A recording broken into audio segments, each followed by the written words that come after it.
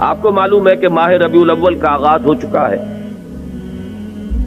دوسری تاریخ ختم ہوئی اور آج ہم تیسری شب میں اس وقت یہاں بیٹھے ہیں۔ یہ ماہ مبارک حضور صلی اللہ علیہ وسلم کی سیرت مطہرہ سے ایک بڑا گہرا تعلق رکھتا ہے۔ حضور کی ولادت باسعادت بھی اسی ماہ مبارک میں ہوئی، اگرچہ تاریخ کے بارے میں اختلاف ہے۔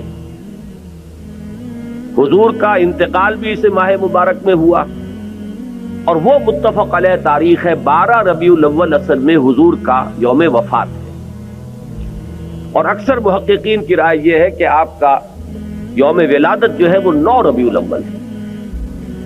یہی وجہ ہے کہ مجھے یاد ہے کہ ہمارے بچپن میں اس دن کو جو لوگ کچھ تھوڑا بہت مناتے بھی تھے تو 12 وفات کے نام سے در حقیقت یہ نام یاد کیا جاتا تھا۔ حضور صلی اللہ علیہ وسلم کی وفات کا دن ہے، کچھ کھانا پکا کر کچھ غریبوں کو مساکین کو کھلانا، یہ در حقیقت چیز تھی کہ جو اب ہوتے ہوتے اس نے بہت ہی ایک دوسری صورت اختیار کر لی ہے۔ اب یہ ایک جشن بن گیا ہے اور ایک عید کا سا سما، بلکہ واقعہ یہ ہے کہ جو اصل 2 عیدیں ہیں وہ کہیں پیچھے چلی گئی ہیں، اور یہ جو 2 عیدیں ہم نے ایجاد کی ہیں، ایک عید میلاد النبی اور ایک عید استقلال، اگر ہم جائزہ لیں تو شاید یہ 2 جو ہے یہ زیادہ فور گراؤنڈ میں آ چکی ہیں۔ لیکن یہ کہ جہاں تک آپ کی ولادت اور آپ کے وفات کا اس ماہ مبارک میں ہونا ہے وہ ثابت ہے۔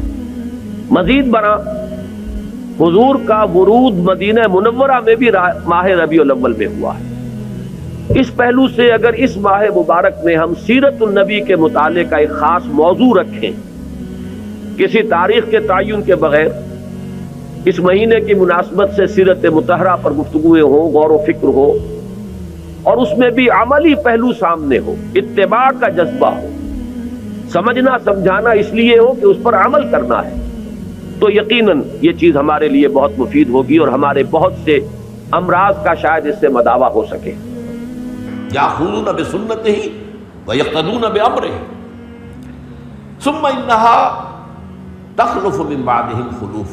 پھر ہمیشہ یہ ہوتا، ہر نبی کا جاننے والوں میں، پہچاننے والوں میں، ماننے والوں میں ہوا ہے، امت محمد بھی مستثنیٰ نہیں ہے۔ یقولون ما لا یفعلون ویفعلون ما لا یؤمرون۔ یہاں نوٹ کیجئے کہ وہ کہتے وہ تھے جو کرتے نہیں تھے، اور کرتے وہ تھے جس کا حکم نہیں۔ عید میلاد النبی کیا حضور کا حکم ہے؟ کیا اس کا کوئی ثبوت صحابہ سے ہے؟ کیا ہم صحابہ کے مقابلے میں حضور سے زیادہ محبت کرتے ہیں؟ لیکن تھا کہ معاملہ ما لا یؤمرون، جس چیز کا حکم ہوا نہیں اس پر عمل ہو رہا۔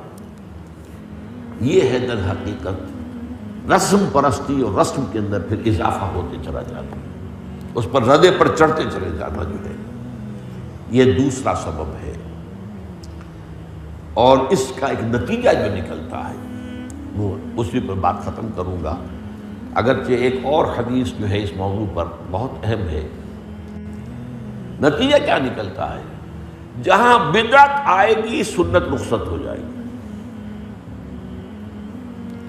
اب نماز جنازہ کی وہ اہمیت نہیں ہوگی، نہ نماز جنازہ یاد کرنی ہے، نہ دعا یاد کرنی ہے، کچھ پتہ نہیں، جا کے کھڑے ہو گئے ہیں، وضو بھی ہے کہ نہیں ہے، لیکن قرآن خوانی میں تو جانا ہی جانا۔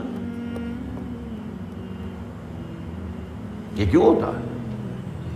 ورنہ یہ کہ نماز کی اہمیت ہوتی، نماز جنازہ کی، آپ اگرچہ عربی نہیں آتی لیکن ترجمہ تو اس دعا کا یاد کر لینا کوئی مشکل کام نہیں ہے، تاکہ کھڑے ہوں دل سے دعا مانگے۔